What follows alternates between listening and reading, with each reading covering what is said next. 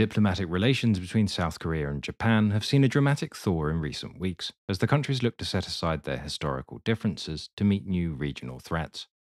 Military cooperation and a normalization of economic relations are moving forward quickly, potentially marking an end to the diplomatic rift over compensation for war crimes committed by Japan in World War II. The two countries' leaders met last week amid growing threats from neighbours North Korea and China that seem to be the impetus between this renewed push for cooperation. The meeting is the first of its kind in 12 years.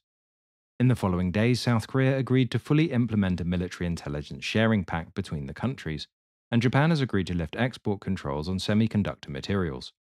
In response, South Korea is withdrawing a World Trade Organization complaint against Japan and has begun legal steps to add Japan to a list of nations receiving a preferred trade status.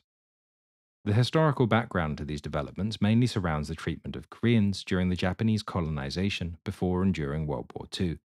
Koreans were used as forced labor by Japanese companies, and up to 200,000 Korean females as comfort women by the Japanese military. Anger over this treatment remains to this day and has been the main factor behind the difficult relationship. In 2018, the South Korean Supreme Court ruled the Japanese company Nippon Steel must pay compensation for forced labor during World War II. But Japan insisted that these issues were previously settled by the 1965 agreement. In response, the following year, Japan announced export controls on materials vital to South Korea's semiconductor industry. The Japanese said the relationship of trust between Japan and South Korea had been strikingly damaged, while Korea labeled it economic retaliation for the court ruling. But a breakthrough came after South Korea announced that payments would be made by a local foundation to Koreans forced to work for Japanese companies in World War II.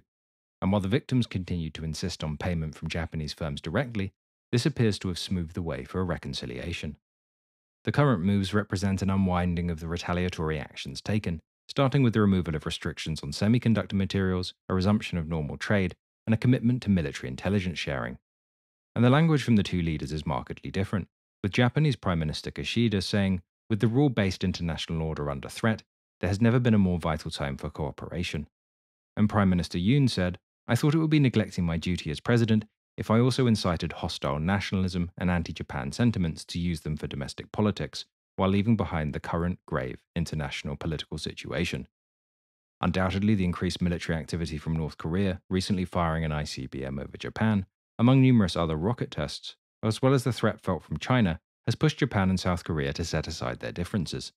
There has also likely been some external pressure from the US and its allies for the countries to mend ties, with Canada recently pushing for South Korea to join the Quad cooperation framework of India, Japan, Australia, and the US, with Justin Trudeau recently discussing the possibility with Japanese Prime Minister Kishida in a recent visit.